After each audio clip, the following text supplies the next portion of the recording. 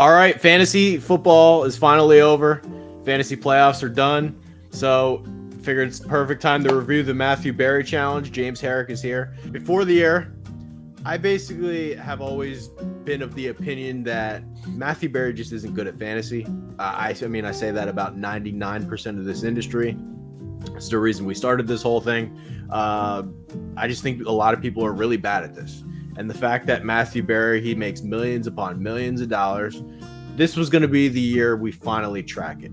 Hey, let's put my money where my mouth is. Let's see actually how good Matthew Berry is. And one thing I want to add before we even get started, that list is all Matthew Berry's most confident picks. I didn't go out there and say, hey, let's add James Cook to the list because I really like him, who would have been a hit. Or let's add, pick whoever you want. All the guys that I liked has nothing to do with it. This was just based off of Matthew Berry's love-hate list. So if it wasn't on the list, I couldn't add it. This was only Matthew Berry's most confident predictions. I feel like that needs to be said because I'm not just cherry picking shit and adding whatever I want. I could only add the things that he talked about. And a couple of kind of rule things that we should probably go over before we get into the nitty gritty. You were saying over under. The verbiage on that is, for anyone watching, if it say 25 is where Berry had a guy and Trey took the over, then Trey is right if it's 30, 35. That gets a little wishy-washy because, like, betting on the NFL draft, I think it's different for placement. So just to get that out of the way, the over is like an actual higher number. James Herrick is basically here to be the referee. I'm going to state my case, Do I deserve an extra point, James Herrick is basically here to so I'm not cheating. We're going over the list fairly. I'll be fair and unbiased. Always am. Yeah. All right.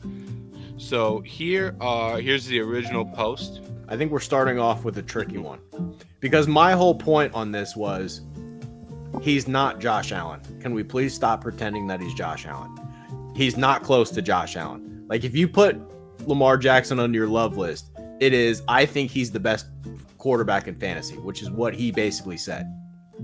I was definitely wrong in the fact that Trevor Lawrence would outscore him, but I don't know. I'll leave this up to you. I just don't think he's in that top tier class. Mm-hmm. So Lamar finished QB3 on our website scoring. So that's behind Allen and Hurts. So you're right in not comparing him to Allen. You said after the group of Mahomes, Allen Hurts is what Berry had him at. So he got two of the three above him, right? He finishes QB3.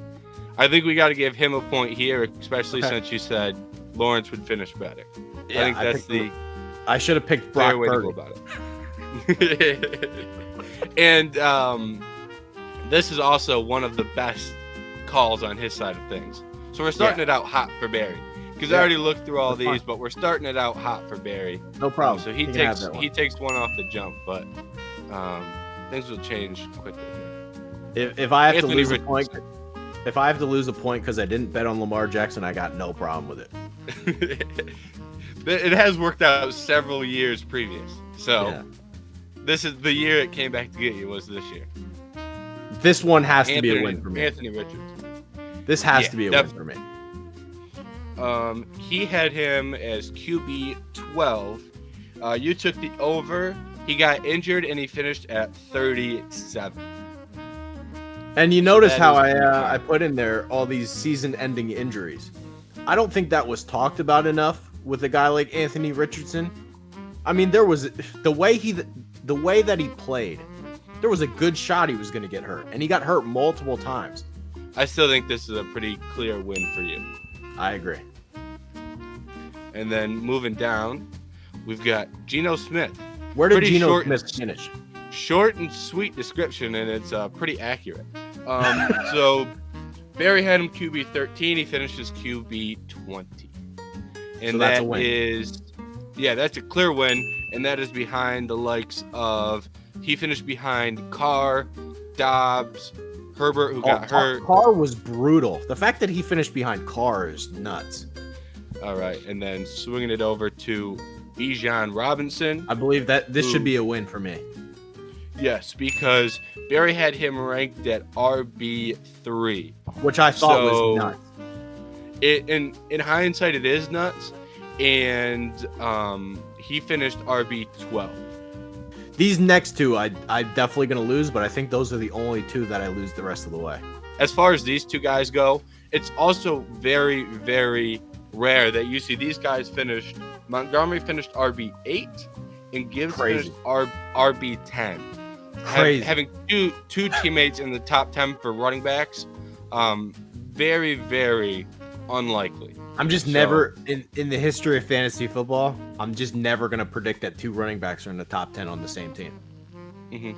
It's a tough call to ask, and I guess Barry wasn't exactly predicting that, to be fair, because I believe Williams was no, he didn't predict that either. RB30.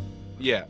Montgomery was RB23 and Gibbs was RB12 for his projections. So he was technically low. He was technically low on both of them too. It's just he was closer than I was.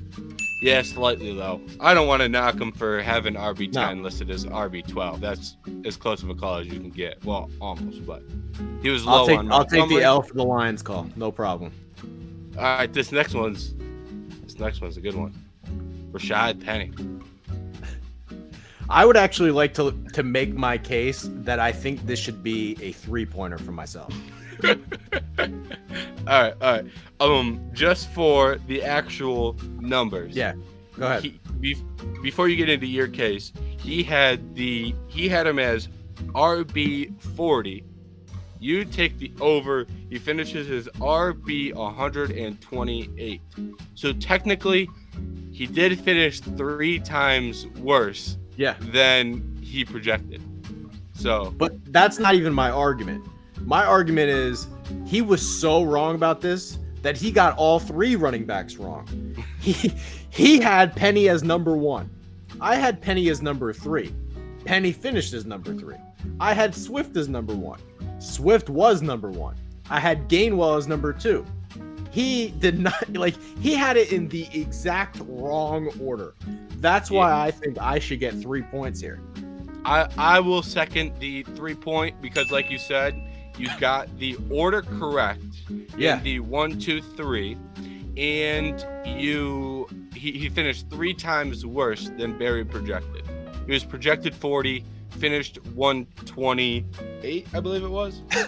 So I think there are 2 reasonable cases for the 3-point play on your part. So he couldn't have gotten the Eagles running back situation worse. Couldn't have gotten it worse. No.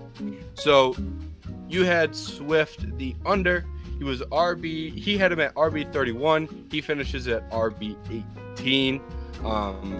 I think the only thing that you got wrong in he this didn't finish as is top 10 back. Yeah. He didn't finish at top 10, but like we just said, there was a reasonable path for him to finish much He was higher damn than close. He did. Yeah, and it's still a win as far as, Barry had him at 31. He finishes 18. You were 31 was disrespectful. 31 was crazy. And then Perine. Perine, I believe I have this one, right? You definitely had this one. He had Perine at RB 35, which is right in the Swift range. So when you were on the clock to pick, you were probably deciding between Swift and Perine. So crazy. Hope you picked Swift. He finished RB 47. So we hit the over pretty easily. We're going to have an interesting talk on Tank Dell here. But we're going to start with Skyy Moore. And this one's practically a layout. Skyy Moore, wide receiver 48. And he goes wide receiver 105. 105. 105 is all right. And then Tank Dell. This is an interesting one. This is one where you're gonna have to be the referee.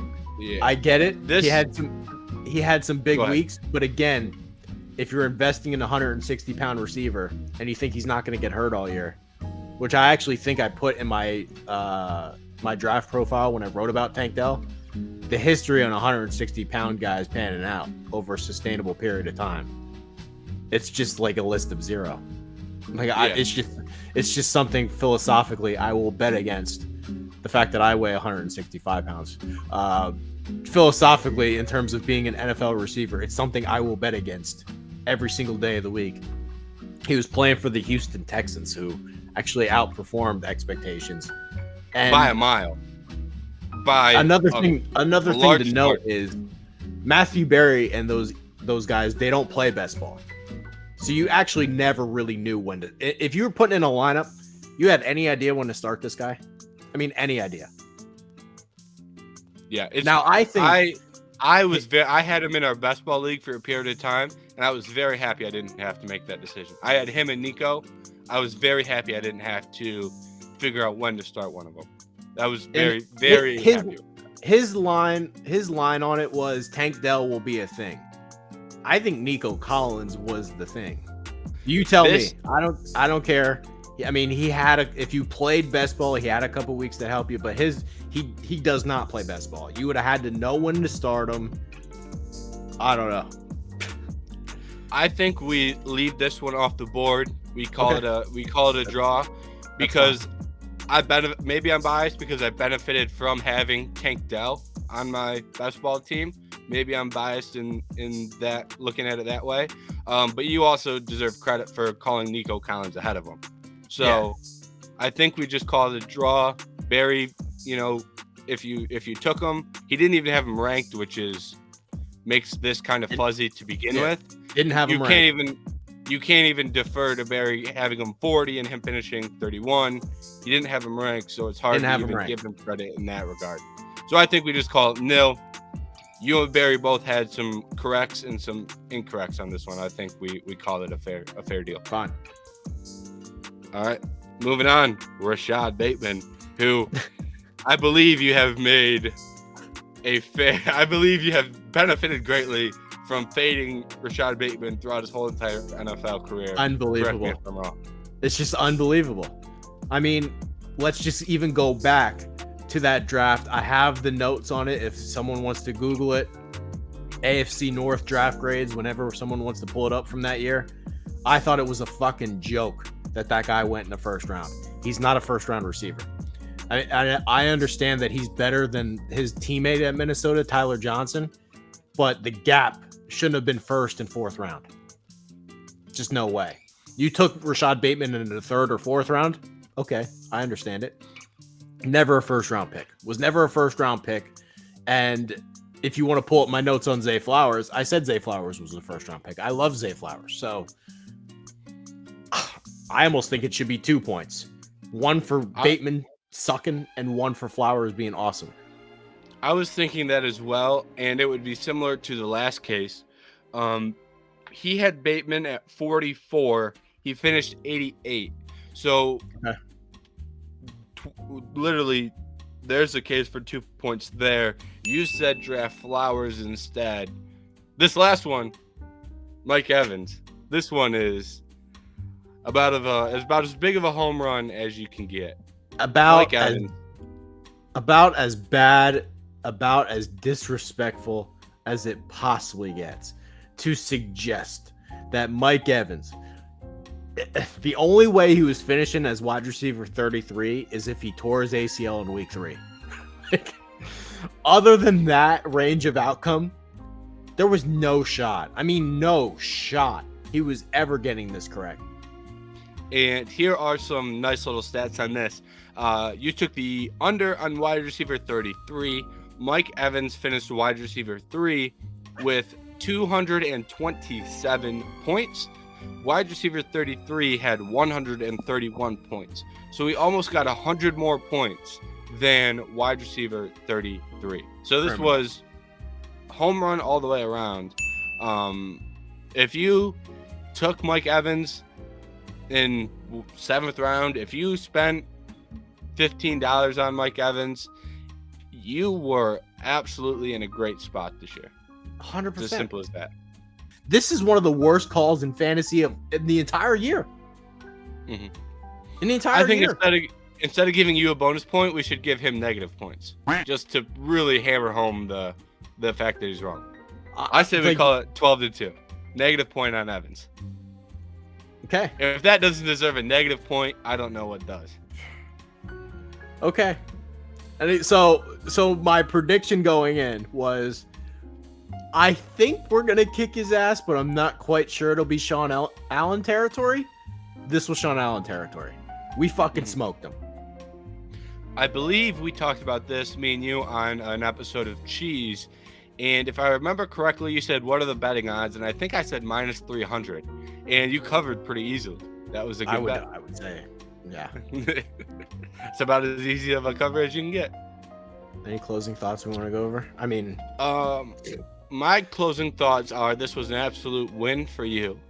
I mean, it doesn't get much worse than 12-2. Even if you don't even touch bonus points or subtract points, it would have been 9-3. So no matter how you slice it, this was a big win for you. So are you going to try and top it next year? That's my question. It's going to be hard to top 12-2, 9-3, however you want to look at it. If you're watching, it's going to be hard to top, but you're going to try and run it back. That's my biggest question. I'll do this every year, just like with Sean Allen. I'll do this fucking every year. I'll expose that piece of shit for what he is. I mean, and again, I didn't even bring this up. I just thought about it now. His ride or die this year, you can actually go back. Maybe we can have it edited in. His ride or die this year was Amon-Ra St. Brown. He did a mock draft for NBC Sports, picked Stephon Diggs ahead of him. St. Brown finished ahead of Diggs, and then St. Brown went with the very next pick in the mock draft. And he would have been better if he stuck to his guns. That's the problem with him, though. That's the problem with him. He never puts his foot in the ground. He never digs in and fucking believes in something. And he knows nothing, and I mean nothing, about college football. But, yeah, we'll do this every single year. Every single year. And again, it should be, I just want to remind people, I didn't just cherry pick whatever I wanted. I went by his fucking list. His list of the most confident things that he felt. Can we pull up this clip really quick? Here we go. I think he's a sell high. I think he's the ultimate sell high. Even forgetting their injury history, which is real and sell high. Right? Sell him, he said. When they get in close, they're going to Jalen Hurts, right? So he's likely not going to get, like, a bunch of different times this year, he's had the opportunity to get in the end zone. He's had some bad luck. He's been down at the one, but also when it's first and goal on the one, they give it to Jalen Hurts. The other thing is he's just not being used in the passing game, which is super weird, right? Given, what he used to do in Detroit. But like through 3 weeks, he has an 8% target share. He has 3 or fewer targets in each game.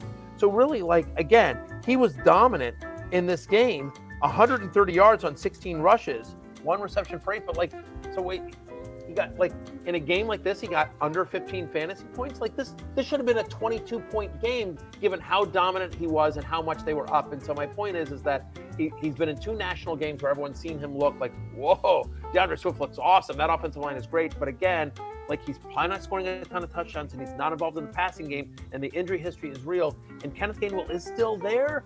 And so I just think he's a sell high to me. I'm not just giving him away because I do think there's value, and I think he's clearly the Eagles running back you want. But I actually think that you could get kind of a king's ransom for him right now, and I would explore that. So he told you not to pick him. He probably had 0 stocks in him. He probably had 0 stock of DeAndre Swift. Then he's telling you to trade him. Both instances wrong. And it's weird because the logic he used, some of it made sense, but it's like you can't just ignore 130 yards on the ground. It's like, my God, so 130 on 16 carries or 16 or 14. Don't draft him. Then he says, trade him. So if you actually listened to him and traded him, you probably made twice the mistake. I don't have anything else to add. Neither. I think we covered just about everything as far as the Matthew Berry and the Matthew Berry challenge goes, and it ended up being a victory for Trey. So I think we got a good one. Oh, it wasn't just a victory. It was on the level of 300 Spartan. Like a lot of deaths. Like, we lost a couple guys, but a lot of deaths. Yeah, we lost a couple guys we didn't trust to begin with, if we're being honest. Like, we had that discussion earlier, but it was some names that were a little wishy-washy that we lost. So the only ones I did lose were Detroit Lions running backs and Lamar Jackson. Yep, and then we gave the draw on Tank. So, No problem. yeah, pretty good. All right, we'll be back next year. All right.